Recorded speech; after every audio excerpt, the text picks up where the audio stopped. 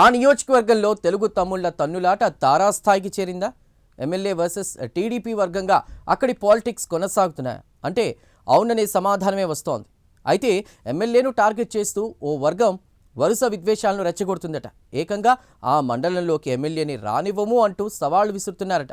ఇటీవల party state chief సమక్షంలోనే ఎమ్మెల్యేపై దాడి చేయడానికి ప్రయత్నించిన ఆ వర్గం ఇప్పుడు బస్తీమే సవాల్ అంటూ రెచ్చిపోతుందట. అయినా పార్టీ అధిష్టానం ఎందుకు మౌనం పాటిస్తోంది? అసలు గ్రూప్ పాలిటిక్స్ను అధ్యక్షుల వారు కంట్రోల్ చేస్తారా లేదా? ఇంతకీ ఆ నియోజకవర్గం ఏది? అక్కడ ఏం జరుగుతోంది? ఆ వివరాలు ఈ స్టోరీలో తెలుసుకుందాం.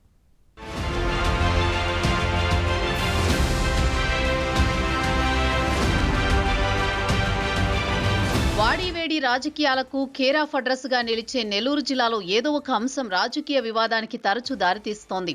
ఇటీవల వరుసగా కావలి నియోజకవర్గం వార్తల్లోకి ఎక్కుతోంది. ఈ నియోజకవర్గ పరిధిలోని దగదర్తి మండలంలో తెలుగు తమ్ముళ్ల మధ్య వర్గపోరు తారాస్థాయికి చేరింది. ఏకంగా ఓ వర్గం స్థానిక ఎమ్మెల్యే దగుమాటి వెంకటకృష్ణారెడ్డితో తాడో పేడో తేల్చుకుంటాం అంటూ సవాళ్లు విసురుతోంది. హత్యా రాజకీయాలకు కేర్ ఆఫ్ అడ్రస్ గా దగదర్తి నిలుస్తోందట. హైదరాబాద్లో ఎమ్మెల్యే వర్గానికి చెందిన వడ్డే శ్రీకాంత్పై సుఫారీ హత్యకు ప్లాన్ చేశారు. క్షణకాలంలో తీవ్ర గాయాలతో శ్రీకాంత్ తప్పించుకున్నారు. ఈ సుఫారీ గ్యాంగ్ చిల్లకూరుకు చెందిందిగా గుర్తించిన కూకట్పల్లి పోలీసులు వారిని హత్యకు ప్రేరేపించింది. మాలేపాటి కుటుంబానికి చెందిన మాలేపాటి లోకేష్, రవీంద్రనాయుడు, కంచర్ల సునీల్ కుమార్, రమేష్ కుమార్లుగా గుర్తించిన కేసు నమోదు చేశారు.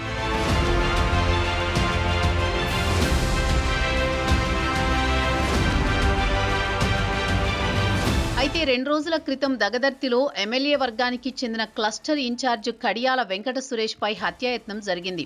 మాలేపాటి సుధాకర్ నాయుడుతో పాటు 30 మందికి పైగా సురేష్ నివాసంపై దాడికి పాల్పడ్డారు. ఫర్నిచర్లు ధ్వంసం చేసి వారి కుటుంబాన్ని బెదిరించి సురేష్ పై కత్తులతో దాడి చేయగా తీవ్ర గాయాలతో చికిత్స పొందుతున్నారు. దగదర్తి ఇన్ఛార్జ్ రాష్ట్ర కార్యదర్శి పమిడి రవికుమార్ చౌదరిని అంతమొందిస్తామని మాలేపాటి వర్గం సవాల్ చేస్తున్నట్టు ప్రచారం జరుగుతోంది. ఈ విషయంపై పమిడి రవికుమార్ పోలీసులను ఆశ్రయించారు. దీంతో దగదర్తి రాజకీయం వాడివేడిగా మారింది.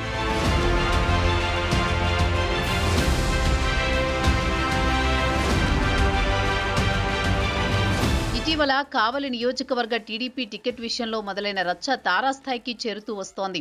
అప్పట్లో నియోజకవర్గ ఇన్ఛార్జిగా ఉన్న మాలేపాటి సుబ్బానాయుడు కావలి టికెట్ ఆశించారు. సర్వేల్లో ఆయనకు పూర్తి వ్యతిరేకత కనిపించడంతో ఉదయగిరి టికెట్ ఆశిస్తున్న కావ్య కృష్ణారెడ్డికి కావలి టికెట్ను అప్పగించింది టీడీపీ అధిష్టానం.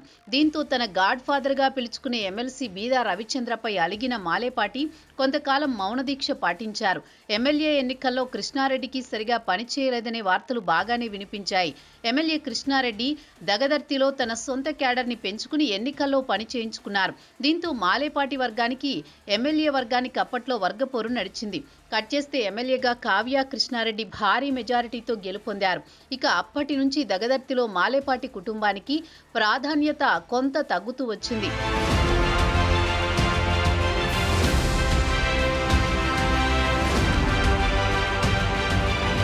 ఈ క్రమంలో మాలేపాటికి రాష్ట్ర ఆగ్రో ఇండస్ట్రీస్ డెవలప్మెంట్ చైర్మన్ గా పదవిని అప్పగించింది రాష్ట్ర అధిష్టానం. వాస్తవానికి సెంట్రల్ బ్యాంకు చైర్మన్ పదవిని మాలేపాటికి ఇవ్వాలని ఎమ్మెల్యే కృష్ణారెడ్డి సీఎం చంద్రబాబుకి లేఖ రాసి నేరుగా అందజేసినట్టు సమాచారం. ఇంతలో ఆగ్రో ఇండస్ట్రీస్ చైర్మన్ గా బాధ్యతలు స్వీకరించారు మాలేపాటి. అయినప్పటికీ ఎమ్మెల్యే కృష్ణారెడ్డితో వ్యతిరేకిస్తూనే వస్తోంది మాలేపాటి వర్గం. ఈ క్రమంలో అనుకోకుండా అనారోగ్యం బారిన పడి మాలేపాటి సుబ్బానాయుడు మరణించారు. ఆయనకు హాస్పిటల్లో సేవలందిస్తూ దురదృష్టవశాత్తు ఆయన అన్న కుమారుడు భానుచందర్ కూడా ఒకరోజు ముందే మరణించాడు.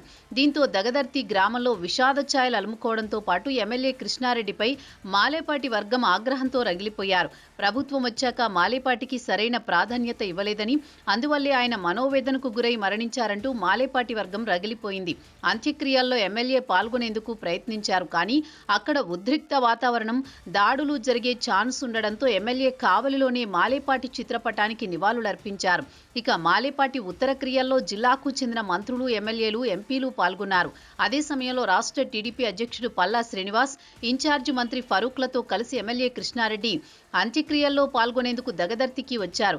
అయితే మాలేపాటి వర్గానికి చెందిన కొంతమంది వీరి కారుపై దాడి చేసి ఎమ్మెల్యేని దిగనివ్వకుండా హడావుడి చేశారు. వీరికి సర్ది చెప్పేందుకు పోలీసులు, జిల్లా అధిష్టానం ముప్పు తిప్పలు పడాల్సి వచ్చింది. కార్యక్రమానికి వచ్చిన ఎంపీలు, ఎమ్మెల్యేలు షాక్కి గురయ్యారు.